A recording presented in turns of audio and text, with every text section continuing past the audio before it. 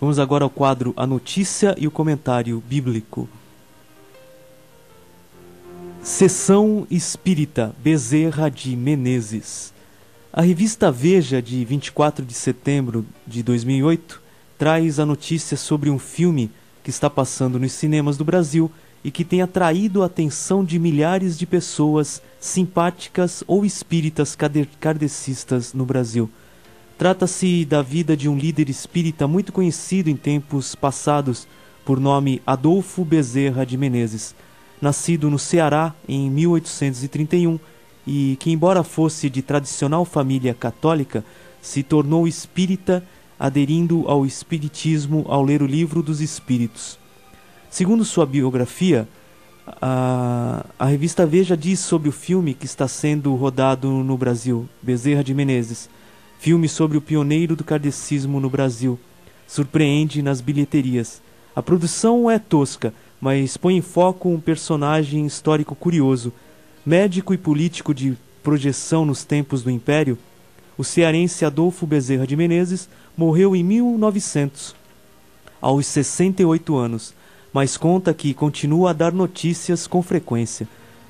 Pioneiro na divulgação da doutrina kardecista no país, ele virou, depois da morte, um dos espíritos de luz mais recorrentes em sessões mediúnicas. Meses atrás, o fantasma teria baixado no set de filmagem de sua recém-lançada cinebiografia, Bezerra de Menezes, O Diário de um Espírito. Pergunto, pastor Natanael, gostaria de fazer algumas perguntas sobre a notícia publicada na Veja, sobre a leitura que acabo de fazer. O irmão já leu o Livro dos Espíritos, de Allan Kardec? Eu tenho todos os livros, chamados 7 livros que constituem a doutrina espírita, e esse, o Livro dos Espíritos, não só li, mas consulto frequentemente. Porque eu sempre que faço alguma citação aqui na rádio, eu não vou de uma fonte secundária me referir. Eu consulto o próprio documento acerca do qual estou me referindo. E aí eu vou fazer um confronto com a Bíblia Sagrada, para saber se o ensino confere, está de acordo com a Bíblia Sagrada, ou não. Se não estiver, é o que nós costumeiramente fazemos. Nós criticamos o ponto que julgamos contrário. Pastor, essa notícia trazida pela Veja, segundo a qual o falecido Bezerra de Menezes, que faleceu no dia 11 de abril de 1900, tanto tempo atrás, depois da morte se tornou um espírito de luz, que comparece às sessões espíritas e que teria mesmo baixado no set da filmagem desse filme sobre a sua vida. Pode ocorrer tal fenômeno, pastor, de uma pessoa morta retornar e conversar com uma pessoa viva? Bom, aí que nós discordamos. E trazemos nossas razões porque discordamos. Quando eu consultei este livro, chamado O Livro dos Espíritos, que é o livro base da teologia, se assim podemos dizer, espírita, eu tive cuidado de fazer algumas anotações, e um ponto que me deixou bastante interessado e surpreso até, é que Allan Kardec, ele declara sobre a mediunidade que há um problema de identificar o espírito que fala pelo médium. Então, diz ele, o ponto essencial, nós temos dito, é sabermos a quem nos dirigimos. Isso está no Livro dos Espíritos, na página 42 do livro Allan Kardec, editora Opus, segunda edição especial de 1985. Então ele conta a razão da dificuldade para identificar o espírito. A identidade constitui uma das grandes dificuldades do espiritismo prático.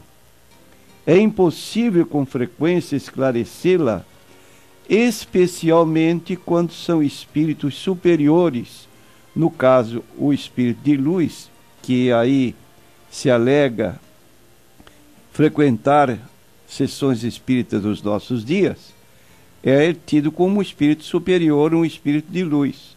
Então ele declara aqui nesse livro que a identidade constitui uma das grandes dificuldades do espiritismo prático.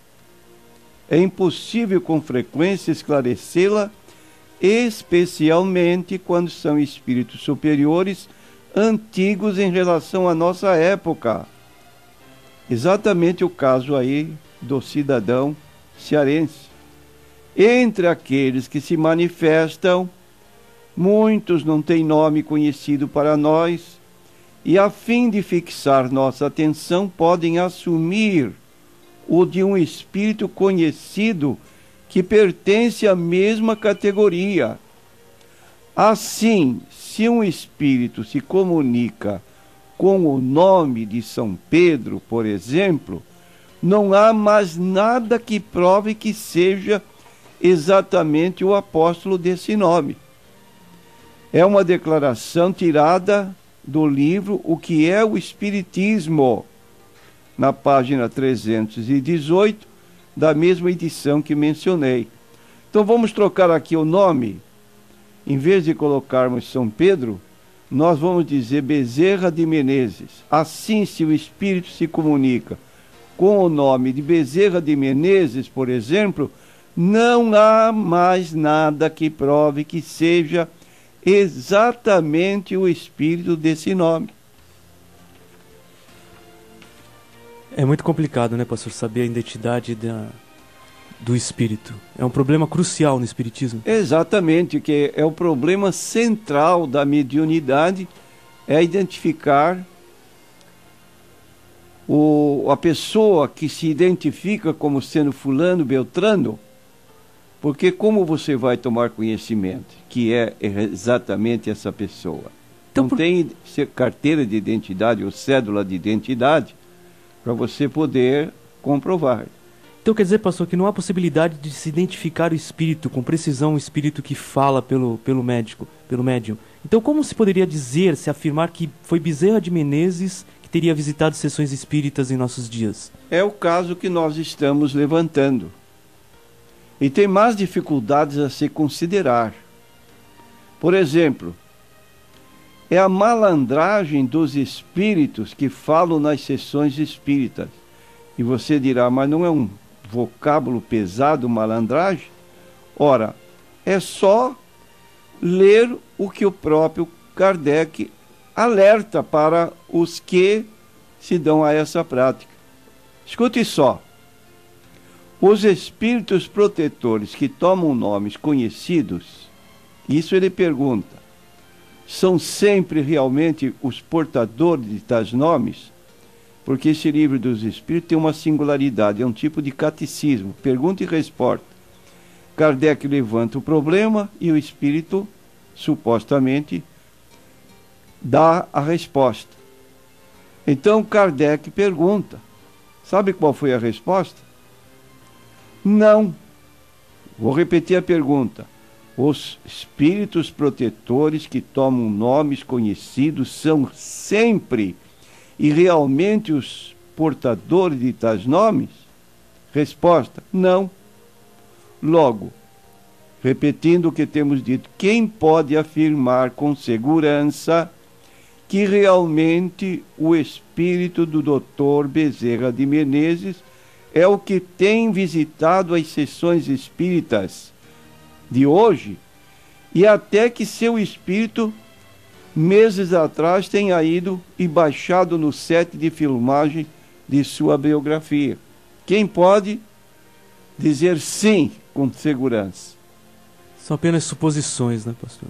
Então, é o grande problema que os espíritas precisam primeiro resolver. Como os espíritas kardecistas são enganados, né, pastor? Pensando que se trata de fulano, quando na verdade é Beltrano. Que mais diz o irmão? Ainda eu colhi, nessa pesquisa, o que está na página 41 do Livro dos Espíritos, na edição que estou mencionando. Escute só o que é dito. Um fato demonstrado que a observação demonstrou e os próprios espíritos confirmam é o de que os espíritos inferiores, com frequência, usurpam nomes conhecidos e respeitados.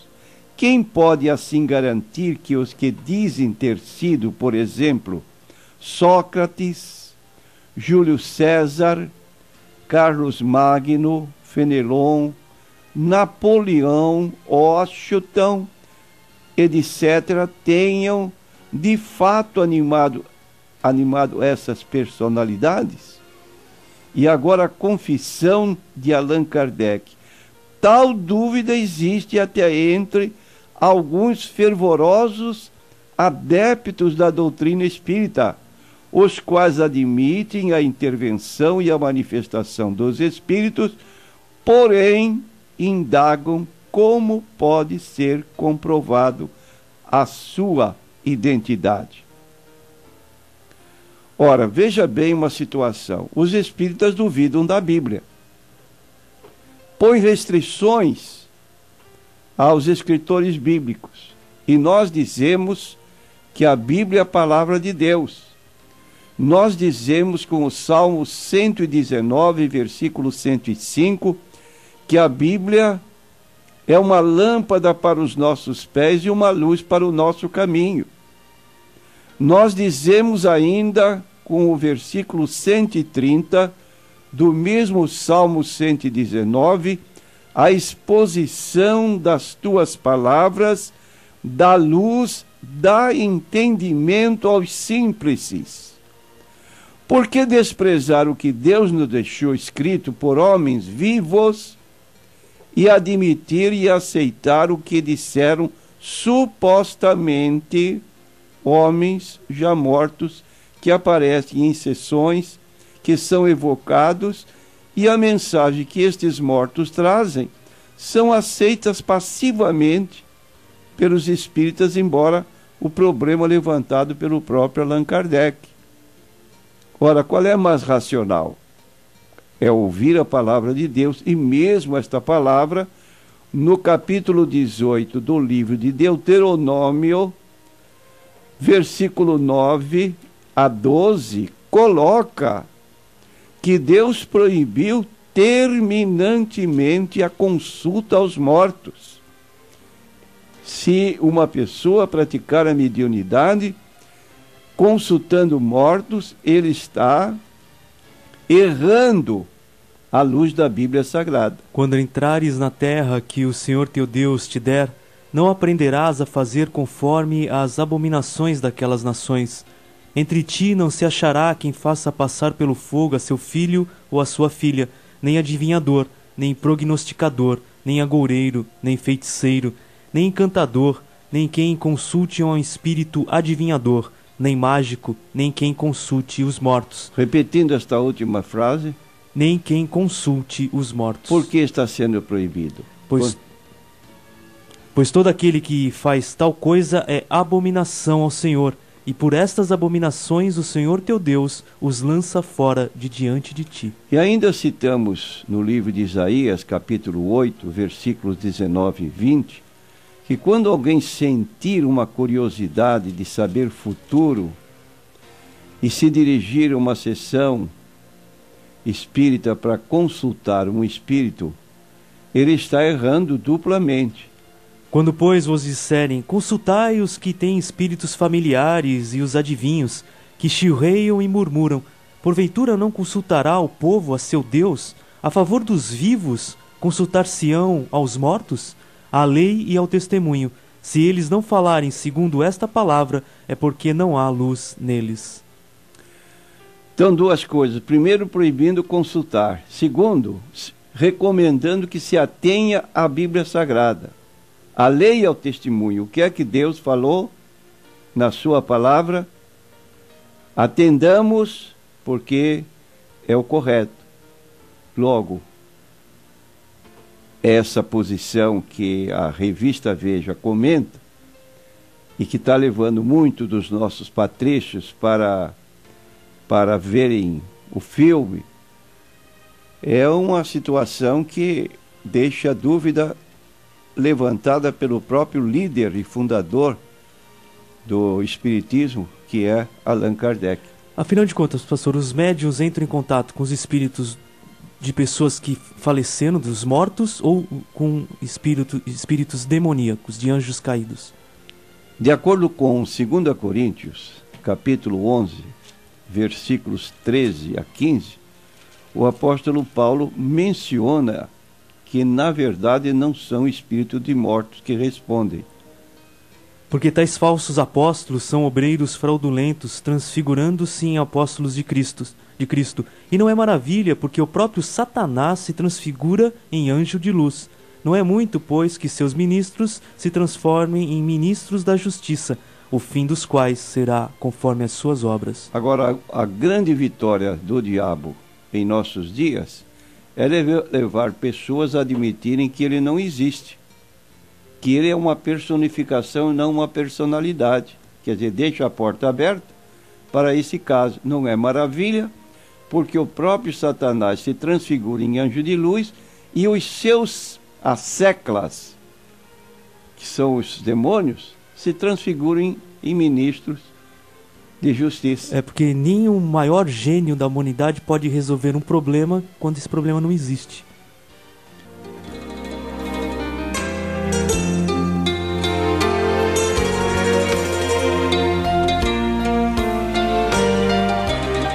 Primeira pergunta, pastor, diz assim: o mormonismo ensina que os seguidores de Cristo foram chamados cristãos no ano 73 antes de Cristo, com base no livro Alma, do livro de Mormons, 46:15. O que responder, pastor? Isso está correto? Historicamente, isso é falso. Historicamente, isso é falso. Repito. Por quê? Porque a história antes de Cristo é uma, depois de Cristo é outra. Logo, se no ano 73 antes de Cristo já se fala de pessoas chamadas cristãs, como poderia isso ocorrer se Jesus não tinha ainda nascido? Ele não tinha nascido porque a data está indicada 73 a.C. Logo, ele nasceu no dia 1, aliás, no ano 1 da nossa era, e o cristianismo passou a propagar-se depois da ascensão de Cristo para o céu, e vamos encontrar em Atos 11:26 a declaração de que os seguidores de Cristo tomaram o nome de cristãos pela primeira vez na cidade de Antioquia.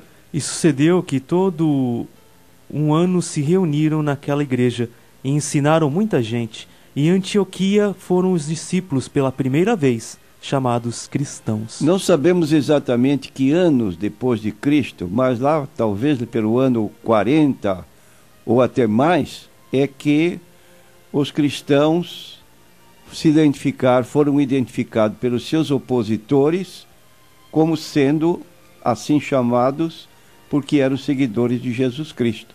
Então não tem cabimento que 73 anos antes de Jesus nascer possa alguém ter sido chamado de cristão. Próxima pergunta, pastor, vem da nossa ouvinte Maria Paramos. Ela é católica, mas ouve sempre o programa, consultando a Bíblia. Ela quer saber o significado da palavra castidade na Bíblia. A palavra castidade refere-se ao período que antecede ao casamento, ou quando não há casamento, a pessoa permanece sempre vivendo em castidade. Significa a isenção de ato sexual fora do casamento. Quer dizer, a pessoa entra, tanto a mulher, que é chamada virgem, como o jovem, vão para o casamento nessa condição, sem ter tido relações sexuais com pessoa do outro sexo. Capítulo 13, versículo 4 do livro de Hebreus. Se se declara que o casamento deve ser honrado. Venerado seja entre todos o matrimônio e o leito sem mácula, porém aos que se dão à prostituição e ao adultério, Deus os julgará. E no capítulo 7 de 1 Coríntios, o apóstolo Paulo fala sobre o pecado do sexo antes do casamento, recomendando que tanto a jovem como o jovem se mantenham castos até o casamento. Ora, quanto às coisas que me escreveste, bom seria que o homem não tocasse em mulher, mas por causa da prostituição, cada um tem a sua própria mulher, e cada uma tem o seu próprio marido. O marido pague à mulher a devida benevolência, e da mesma sorte a mulher ao marido. Então está aí a recomendação da palavra de Deus. Mais uma pergunta, pastor, de uma ouvinte que não quis se identificar. A expressão sai dela ou sai dele é bíblica? Nos lábios dos crentes é conveniente? Aí tem duas suposições. Em Apocalipse 18, versículos 1 a 4, está falando para o povo de Deus sair da religião da confusão, que é conhecida pelo termo Babilônia. Apocalipse 18:4. E ouvi outra voz do céu que dizia: sai dela, povo meu, para que não sejas participante dos seus pecados e para que não incorras nas suas pragas. E quando diz sai dele, pode se referir a uma pessoa possessa a quem se ordena, de acordo com Marcos 16, versículo 17, que essa entidade seja retirada em nome do Senhor Jesus Cristo. E pegarão nas serpentes e beberão alguma coisa mortífera e não lhes farão dano algum, e porão as mãos sobre os enfermos e os curarão. E no 17, esses sinais seguirão aos que crerem, em meu nome expulsarão os demônios.